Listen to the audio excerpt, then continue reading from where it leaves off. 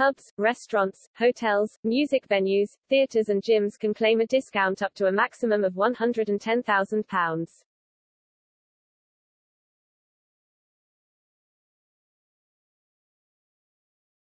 A pint in the pub will be 3p cheaper in the biggest cut for 50 years after Mr. Sunak used Brexit freedoms to shake up archaic alcohol taxes.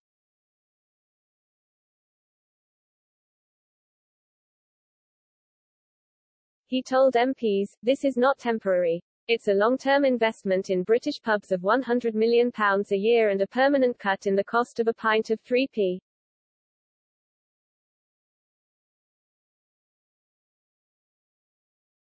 The Chancellor said quitting the EU meant he could finally reform an out-of-date system.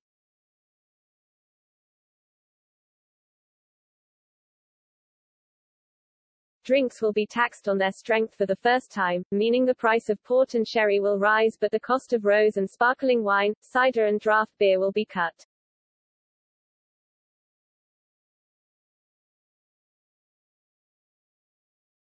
The Chancellor, who is teetotal, said he wanted to help the industry which was one of the hardest hit by the pandemic.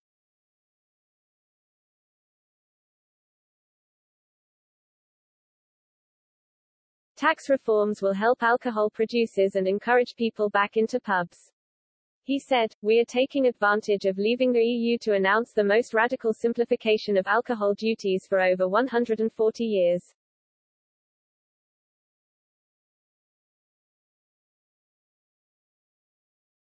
Mr. Sunak said the duty system was outdated, complex and full of historical anomalies and the number of duty rates would be cut from 15 to 6.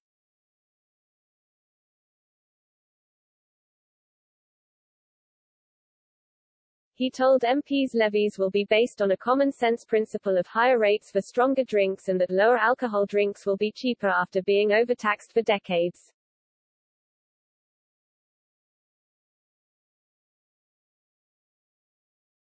Mr. Sunak said he was cutting the irrational 28% supertax on sparkling wines after consumption AFSU doubled over the last decade.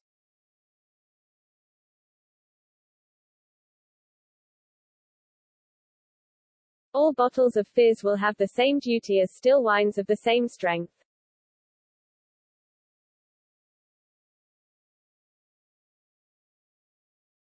It means cheaper champagne, Prosecco and Cava but helps English sparkling wines, as growing conditions typically favor lower-strength tipples.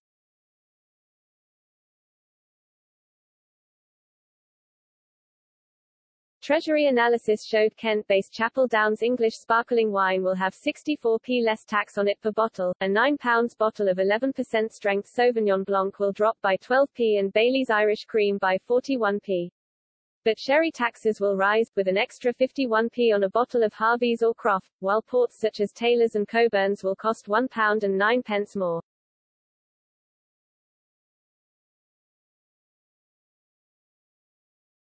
Miles Beale, chief executive of the Wine and Spirit Trade Association, said, "By offering continued respite to the wine and spirit sector his actions will help save jobs and, in time, replenish revenues to the Treasury through growth in our potential filled sector."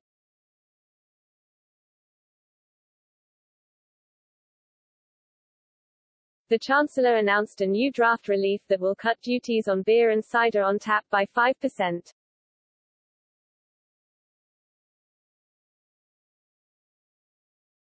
It is the biggest cut to cider duty since 1923 and the biggest for beer for 50 years.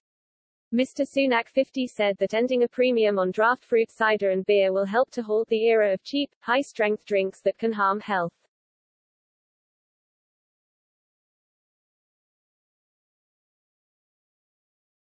He said that his reforms were simpler, fairer and healthier.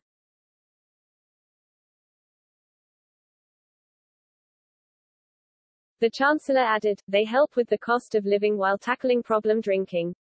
They support innovative entrepreneurs and craft producers. They back pubs and public health and years are only possible because we've left," because Nick Antona, chairman of the Campaign for Real Ale Camera, said, "The introduction of a draft duty rate is a game changer for cask beer drinkers, cider and perry drinkers and the Great British Local."